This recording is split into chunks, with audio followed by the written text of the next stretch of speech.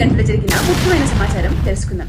July 1 నుంచి అమల్లోకి కొత్త నేర న్యాయ చట్టాలు, భారతీయ న్యాయ సంహిత, భారతీయ నాగరిక సురక్ష సంహిత, భారతీయ సాక్ష్య అధినియం, దర్యాప్తు విచారణ ప్రక్రియలో కీలక మార్పులు రానున్నాయి.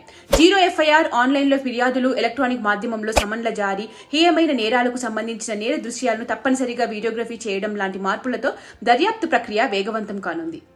ఢిల్లీ ముఖ్యమంత్రి అరవింద్ కేజ్రీవాల్ ను తిహార్ జైలు నుంచి సీబీఐ అరెస్ట్ చేసింది. 4 ఛార్జిషీట్లు దాఖలు చేశామని, ప్రస్తుతం తమ దర్యాప్తును ముగించామని సీబీఐ పేర్కొంది. అరవింద్ కేజ్రీవాల్ ను 3 రోజుల పోలీస్ కస్టడీకి కోర్టు పంపింది. టాటా గ్రూప్ అయోధ్యలో 650 కోట్ల విలువైన మ్యూజియం ఆఫ్ టెంపుల్స్ ను నిర్మించనుంది. మతపరమైన పర్యాటకాన్ని ప్రోత్సహించే లక్ష్యంతో ఈ మ్యూజియం అయోధ్యలోని దేవాలయాలు మరియు సాంప్రదాయాలను ప్రదర్శిస్తుంది. రైల్వే స్టేషన్లలో పెరుగుతున్న వాణిజ్యంపై మహారాష్ట్ర ప్రధాన న్యాయమూర్తి దేవేంద్ర ఉపాధ్యాయ్ ఆందోళన వ్యక్తం చేశారు. లోకల్ రైళ్లలో ప్రయాణించడం యుద్ధానికి వెళ్లినట్లుగా మారిందని వ్యాఖ్యానించారు. ఈ సమస్యకు వెంటనే పరిష్కారం చూపాలని రైల్వే అధికారులను హైకోర్టు ఆదేశించింది.